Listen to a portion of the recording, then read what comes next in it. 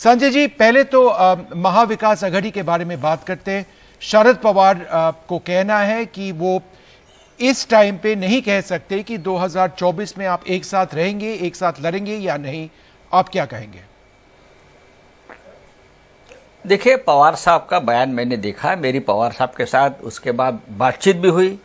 उसके बाद पवार साहब ने क्लैरिफिकेशन दिया है कि उनके बयान को किस तरह से मोड़ तोड़ कर बताया गया है। पवार साहब ने इतना ही कहा था कि हम सब महाविकास आघाड़ी में एक साथ है। अब तक सीट शेयरिंग पर कोई चर्चा नहीं हो रही है।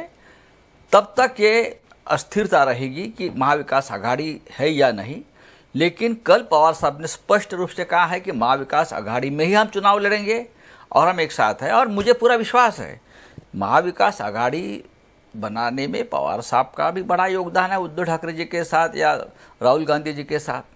तो 2024 का चुनाव चाहे लोकसभा हो चाहे विधानसभा हो, महाराष्ट्र में महाविकास आघाड़ी डट कर खड़ी रहेगी और लड़ेगी। आपने अस्थिरता शब्द अभी इस्तेमाल किया, पर अगर हम अस्थिरता के बारे में शब्द इस्तेमाल करते तो अजित पवार के बारे में भी बात करना चाहिए, क्योंकि कई रिपोर्ट इस वक्त है कि वे अपने पॉलिटिकल फ्यूचर के बारे में इस वक्त नहीं जानते। कई रूमर है, कई सजेशंस है कि वो शायद बीजेपी के पक्ष में जाए। तो आप उसको कैसे देखते हैं? बात ऐसे है कि भारतीय जनता पार्टी की आइडियोलॉजी क्या है मुझे पता नहीं। ओरिजिनल भारतीय जनता पार्टी अब कहाँ रही है? अटल जी के ज़माने में आडवाणी जी ने जो पार्टी बनाई थी वो पार्टी अब नहीं रही है।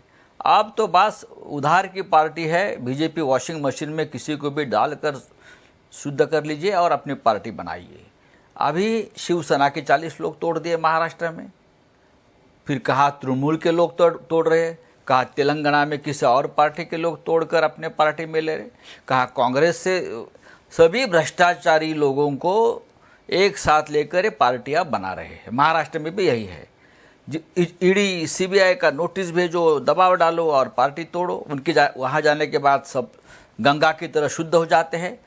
अब पवार साहब ने भी ये कहा कि उनके पार्टी के कुछ लोगों के ऊपर जो एमएलएज है, जो एमपीज है, दबाव बना रही है बीजेपी कि आप एनसीपी छोड़कर बीजेपी में आइए, जिनके ऊपर ईडी के केसेस, सीबीआई के केसेस चल रहे हैं।